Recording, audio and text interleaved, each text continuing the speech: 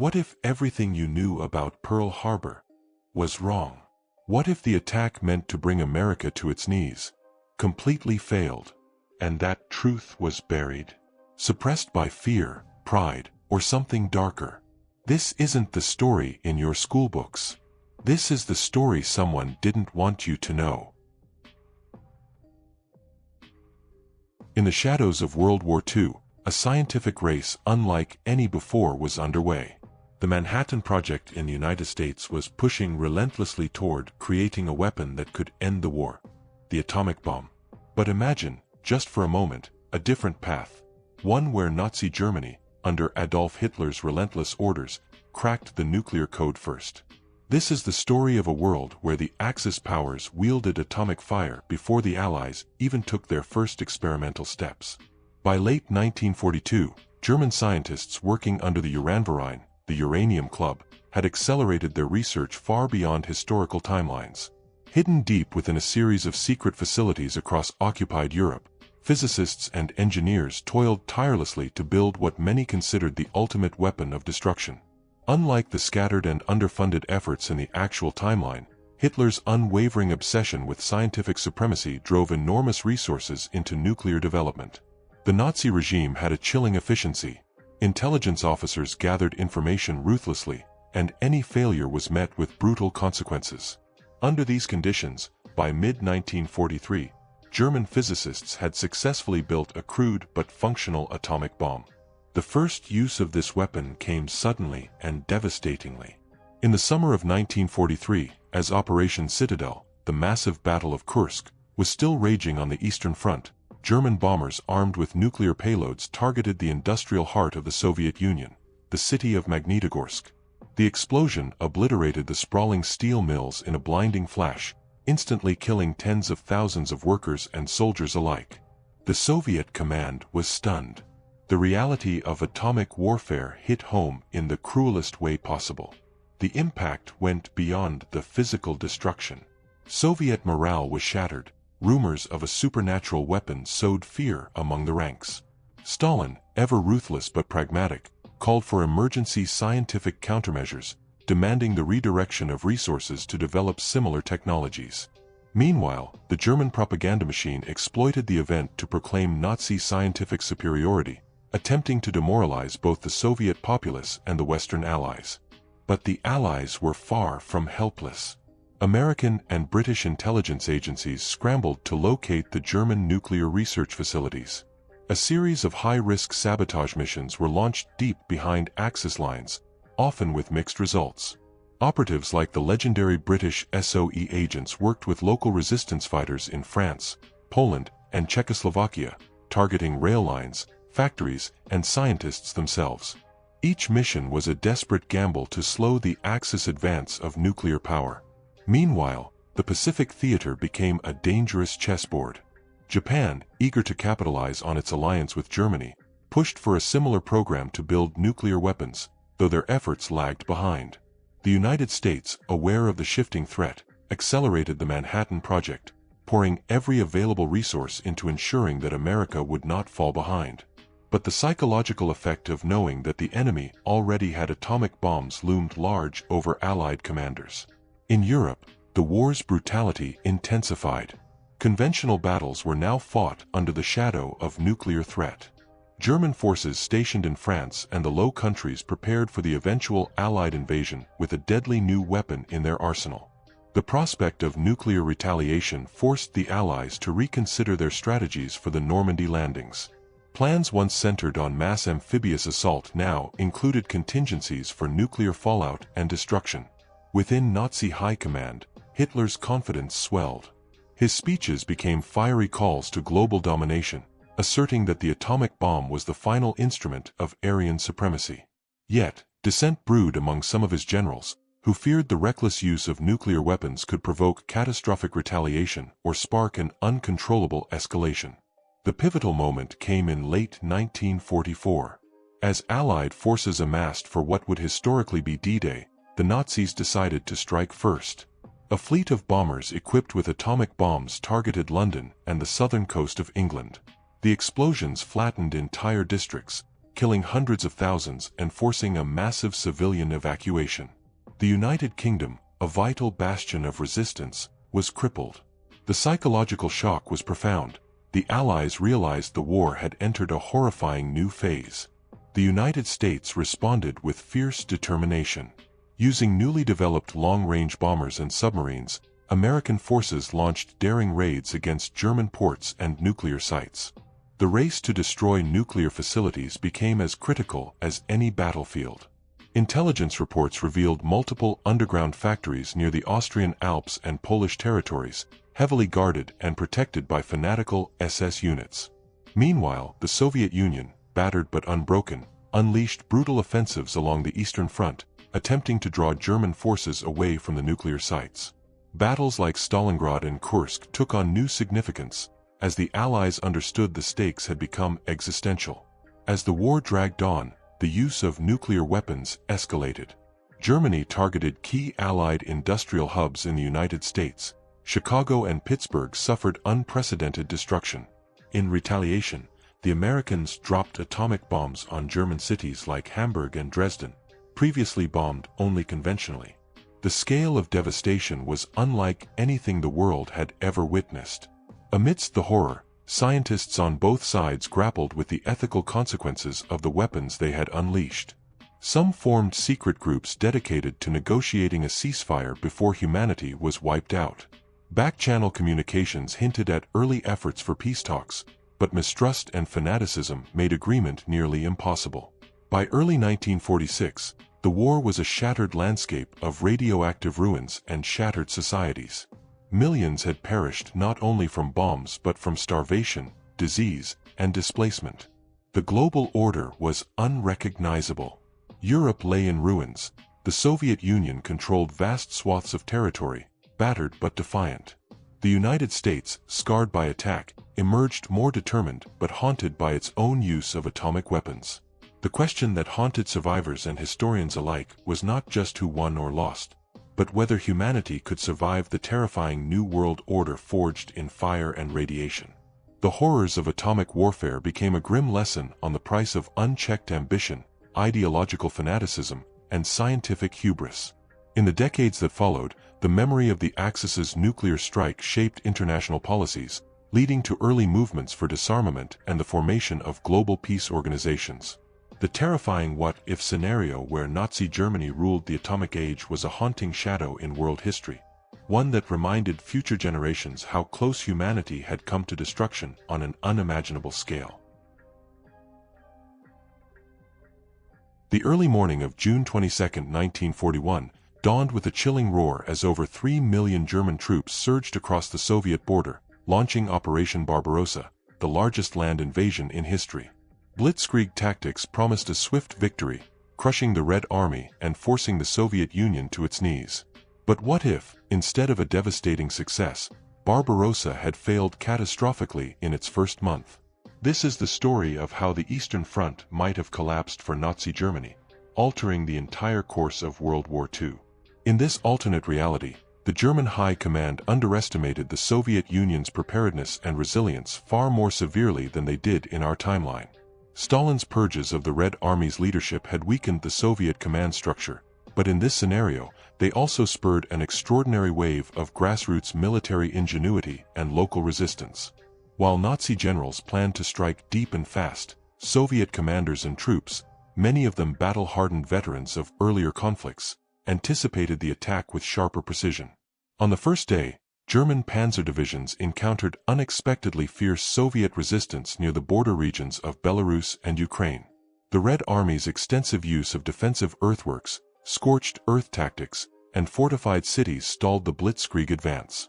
Crucially, harsh and unusually early winter weather descended, weeks ahead of the usual freeze, bogging down German mechanized units and making rapid movement impossible. A turning point came at the Battle of Białystok-Minsk. Historically, this was a massive encirclement success for the Wehrmacht, capturing hundreds of thousands of Soviet troops. But in this version, Soviet forces, forewarned and well-prepared, avoided encirclement by executing a series of strategic withdrawals. Meanwhile, massive Soviet reinforcements poured in from Siberian reserves, taking advantage of the German logistical overextension. Simultaneously, Stalin made a daring decision to relocate critical industrial infrastructure eastward faster than in actual history. Factories in the Ural Mountains and beyond were already churning out tanks, aircraft, and artillery when the Germans expected Soviet industry to collapse. The Soviets launched counterattacks that blunted the German advance, inflicting heavy losses. The German army, designed for rapid, overwhelming thrusts, found itself locked in grinding, attritional warfare, a nightmare for their supply lines stretched thin across vast Soviet territories. Instead of lightning victories, the Wehrmacht faced bloody sieges and endless forest skirmishes. Soviet partisan activity exploded behind German lines, sabotaging railroads and supply depots. Within weeks, the Nazi propaganda machine faced a crisis. The myth of unstoppable German might was shattered as news trickled back of stalled divisions and mounting casualties. German soldiers, exhausted and poorly equipped for the unexpected conditions, suffered morale breakdowns. Some units mutinied or deserted. The ideal of the quick, decisive victory dissolved into a grueling, uncertain campaign. This failure had ripple effects across the European theater. With German forces tied up in the east and suffering unforeseen losses, their ability to defend the Western Front weakened. The Luftwaffe's air support was stretched thin, reducing its effectiveness in the Battle of Britain and allowing the Royal Air Force to maintain air superiority for longer. Across the Atlantic, the United States observed the faltering German offensive with cautious optimism. The delay in Soviet collapse gave the Allies crucial time to ramp up production, prepare for larger-scale operations, and build international coalitions. The British government, emboldened by the Soviet resilience, pushed harder for an earlier Second Front. One of the most profound effects was on the timing and strategy of the Normandy invasion. Historically planned for 1944, D-Day was moved forward in this scenario as Allied leaders recognized the weakened and distracted German forces. An earlier, more coordinated amphibious assault succeeded in establishing a foothold in Western Europe well before the Wehrmacht could regroup. The Soviet Union, meanwhile, capitalized on its early success. The Red Army launched a series of offensives pushing the Germans back from key cities like Smolensk and Kiev. Operation Typhoon, the planned assault on Moscow, was cancelled as Soviet forces fortified the capital and prepared for counterattacks. The myth of the invincible Nazi war machine crumbled as Stalin's forces regained lost territory.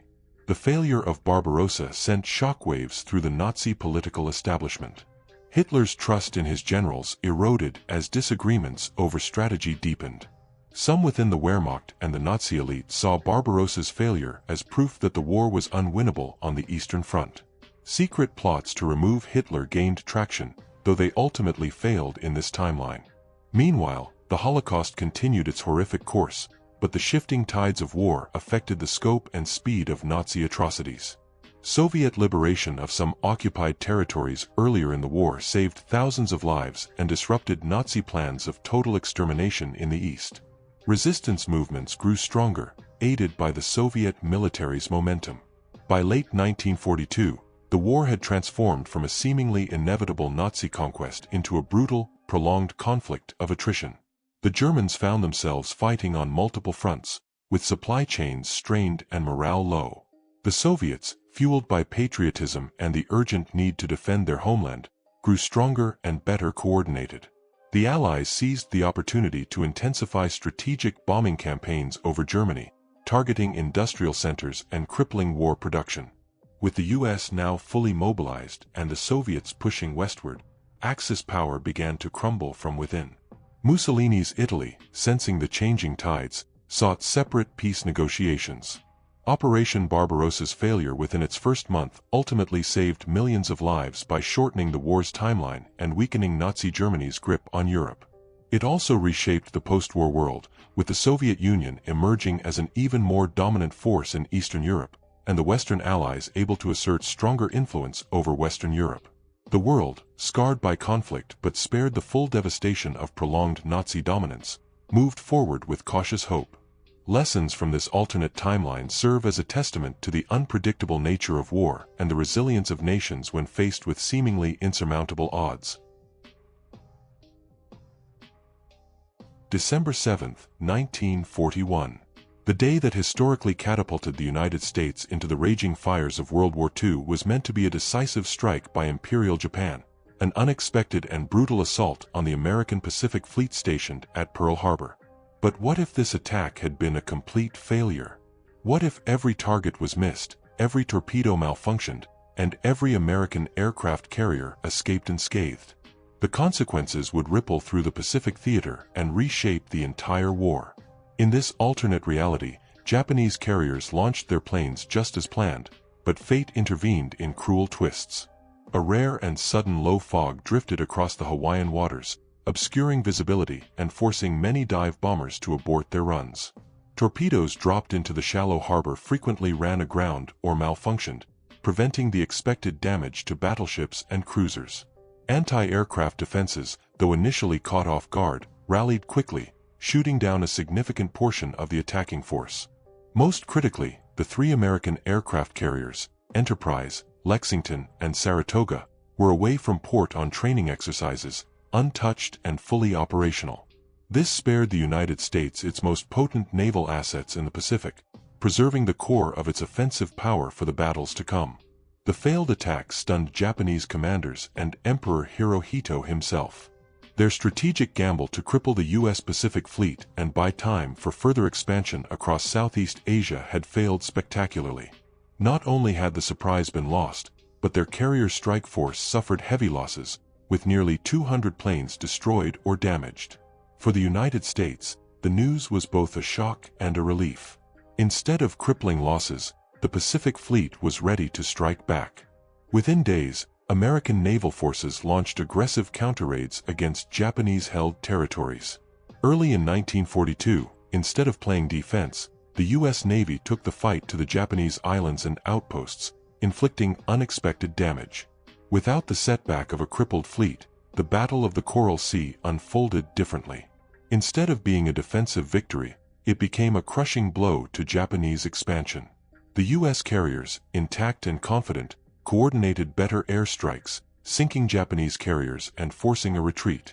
The momentum shifted swiftly in favor of the Allies. The Japanese advance toward Australia and New Guinea stalled earlier, allowing the Allies to fortify critical bases and maintain supply lines. With its naval air power intact, the U.S. was also able to maintain stronger patrols and intercept Japanese supply convoys, hampering their logistical reach. Meanwhile, the Japanese Imperial Army, deprived of the expected period of uncontested expansion, found itself fighting increasingly desperate battles with stretched resources. The loss of experienced pilots and aircraft in the failed Pearl Harbor attack also diminished the quality of Japanese air forces in subsequent engagements. The psychological impact was profound on both sides. The American public, initially shocked by the attack, was buoyed by the rapid recovery and effective counterattacks. Morale surged as news spread that the United States could not only defend itself but was capable of offensive action far earlier than anticipated. Japan's leadership, meanwhile, faced intense internal debates. The failure of Pearl Harbor sowed doubts about the viability of their long-term strategy. Some factions urged negotiation with the Allies, fearing the consequences of a prolonged war against a fully mobilized American military. The diplomatic landscape shifted as well. With the United States able to provide more substantial aid to China and other embattled nations, resistance movements gained strength. The Soviet Union, aware of Japan's troubles, kept its forces vigilant along the Siberian border but refrained from direct engagement. One of the most critical consequences was the potential impact on the use of atomic weapons. Historically, the devastation of Pearl Harbor accelerated American urgency to build the atomic bomb. In this timeline, while the Manhattan Project remained a priority, the perception of an imminent, desperate war diminished slightly. The U.S. might have taken more time to perfect the technology, possibly changing the timing or circumstances of atomic bomb deployment. The war in the Pacific, instead of being marked by early catastrophic defeats, became a series of intense but more balanced naval battles. The iconic Guadalcanal campaign was launched with stronger American forces and fewer losses. Island-hopping strategies advanced faster, with the U.S. reclaiming territory sooner and forcing Japan into a defensive posture. This shift also affected Allied relations. With the United States stronger and more assertive early in the war, coordination with British and Australian forces improved. The combined naval and air power created a formidable front against Japanese ambitions. In the end, the failure of Pearl Harbor as an attack did not prevent war between the United States and Japan, but it drastically changed its character. The U.S. entered the conflict with more resources, intact fleets, and higher morale. The Japanese Empire faced a tougher opponent, less capable of rapid conquests and forced onto the defensive sooner. The Pacific War became a brutal, drawn-out conflict, but one where the balance of power was less skewed. American industrial might and military innovation turned the tide, but with less early suffering and destruction. Japan's eventual defeat was perhaps less sudden, but no less inevitable. This alternate Pearl Harbor scenario reminds us how a single moment, a fog bank, or a malfunction can alter the fate of nations. It shows the fragility of war plans and the profound impact of chance, luck, and resilience on history's course. In the turbulent years following World War I, Germany was a nation drowning in economic hardship, political chaos, and social unrest. Among the countless voices seeking to reshape the country's future was a young Adolf Hitler, a former soldier, an aspiring orator, and the future architect of the Nazi regime. But what if Hitler had never risen to power because he was assassinated before his political career took off? This is the story of a world where the man who would become the Führer was silenced before changing history. In this alternate timeline, the Munich beer hall putsch of 1923, Hitler's failed coup attempt, ended not with his arrest and imprisonment but with his assassination by rival factions inside the volatile nationalist circles. The chaotic atmosphere of Weimar Germany, rife with violent political infighting, created the perfect backdrop for a political killing. With Hitler removed from the scene, the National Socialist German Workers' Party, NSDAP, fragmented, losing its charismatic leader and cohesive vision. Without Hitler's magnetic oratory and fanatical devotion to the Nazi ideology, the far-right movement splintered into smaller, less influential factions. Other nationalist leaders attempted to fill the void, but none possessed the combination of vision, ruthlessness, and propaganda skill that Hitler wielded. As a result, the Nazis never gained the overwhelming popular support that propelled them to power in the early 1930s. The political landscape of Germany evolved differently. The Weimar Republic, though still unstable, managed to survive longer, supported by moderate conservatives and social democrats who worked to stabilize the economy and reduce extremist violence.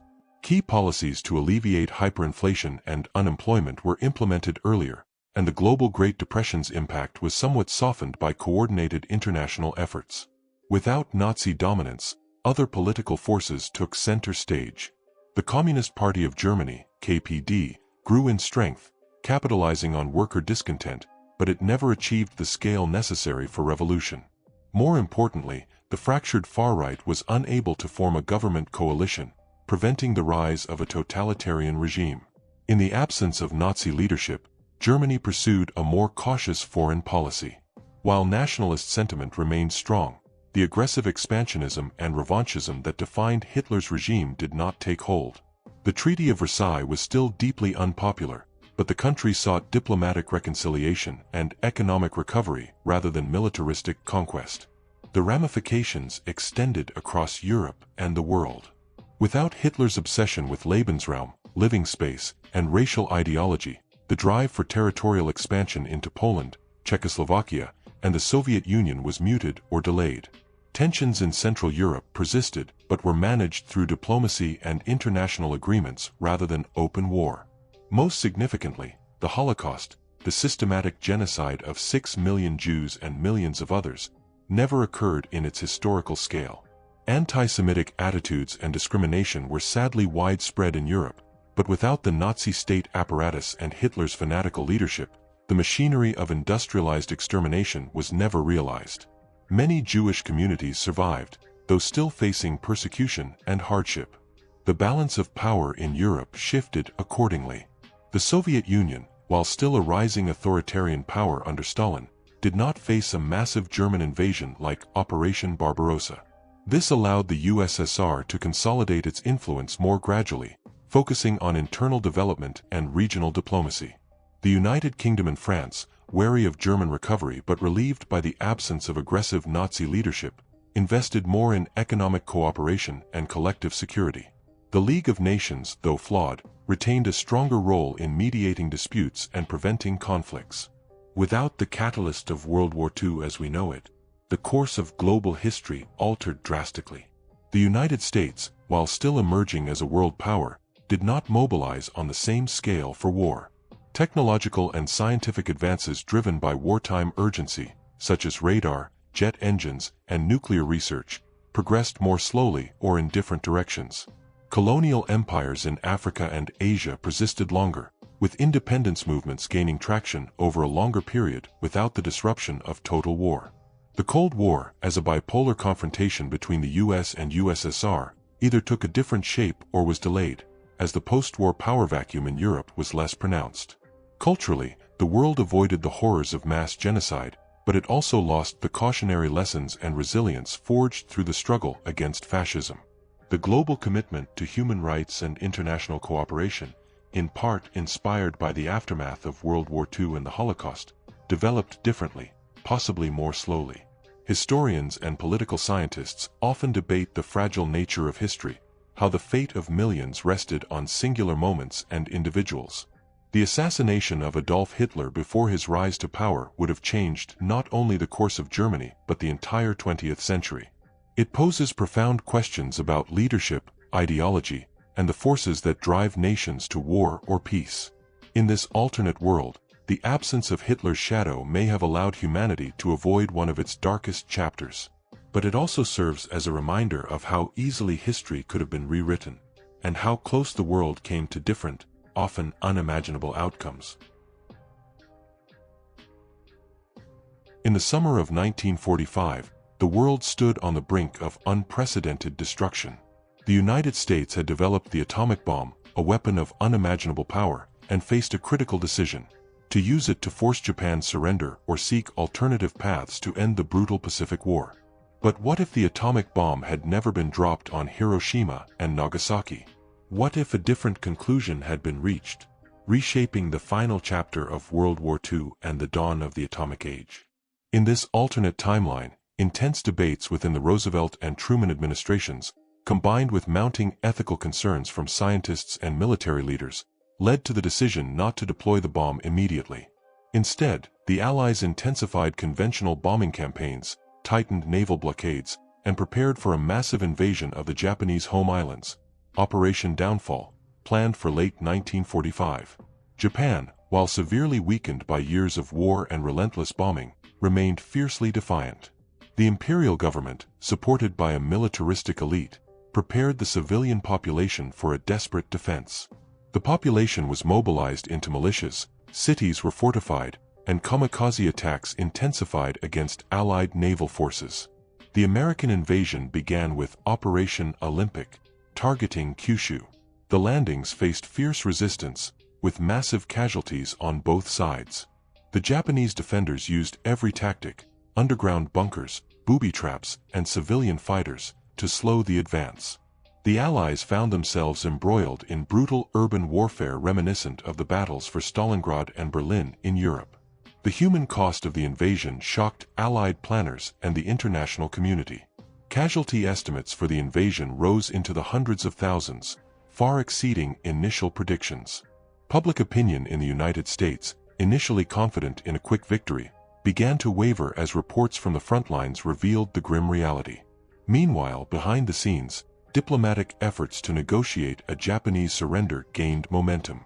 Emperor Hirohito, deeply concerned about the nation's destruction and suffering, sought ways to end the war while preserving the imperial system. Secret communications with neutral countries like Sweden and Switzerland facilitated indirect talks. On the Soviet front, Stalin, having declared war on Japan in August 1945 as promised at Yalta, launched a massive invasion of Japanese-held Manchuria and Korea. The Red Army quickly overwhelmed Japanese forces, adding pressure for Japan to capitulate. However, tensions between the Soviets and Western allies surfaced as Stalin's ambitions in Asia became clearer. The war's prolonged nature and the threat of Soviet expansion into East Asia accelerated post-war geopolitical rivalries. The United States and its allies worried that the Soviet Union would claim large swaths of territory, changing the balance of power dramatically. Eventually, facing the devastation of invasion, Soviet advances, and economic collapse, Japan agreed to unconditional surrender, but only after the loss of millions of lives in a grinding war of attrition. The formal surrender ceremony took place aboard the USS Missouri in late 1946, nearly a year later than in our timeline. The absence of atomic bomb devastation on Japanese soil spared countless civilians from instantaneous death and long-term radiation sickness. However, the prolonged conventional warfare and Soviet occupation brought their own tragedies. The wartime destruction was extensive, and the post-war occupation more complex and contested. Globally, the non-use of atomic bombs delayed the dawn of the nuclear age. The technology remained a guarded secret, but the lack of demonstrated use altered international perceptions. Without the shock of Hiroshima and Nagasaki, nuclear weapons did not immediately become the centerpiece of global military strategy or diplomacy. The Cold War still emerged, but its early phase lacked the immediate nuclear brinkmanship. Instead, conventional military buildup and proxy conflicts dominated the landscape. The arms race evolved more gradually, and international treaties concerning nuclear weapons developed differently, focusing initially on non-proliferation before the full horrors of nuclear war were widely recognized. Ethically and culturally, the world grappled with the consequences of the long, brutal invasion of Japan. Memorials honored not only those lost in Hiroshima and Nagasaki, but also the staggering casualties of Operation Downfall. The question of whether the atomic bomb's use was justified became a different debate, centered instead on whether its absence had prolonged suffering. Scientific communities reflected on their responsibility, with many scientists urging caution and advocacy for peaceful applications of nuclear energy. The United Nations, formed in the war's aftermath, took on a more active role in preventing future global conflicts and managing nuclear technology. In this altered post-war world, the geopolitical map was less sharply divided, but tensions simmered beneath the surface. The lessons of conventional warfare's brutality were seared into the global consciousness, inspiring movements for peace and disarmament decades earlier. This alternate ending to World War II highlights the precarious balance between technological power, ethical responsibility, and human cost. It reminds us that history's defining moments are often shaped by choices as much as by events, and that the shadows of war stretch far beyond the battlefield. The bombs were meant to cripple a nation. But what if they missed, and history was rewritten behind closed doors? If this truth was hidden, how many others are out there? How many facts are just accepted lies? The further we dig, the darker it gets. Some stories stay buried for a reason. But now that you've seen this one, can you ever look at Pearl Harbor the same way again?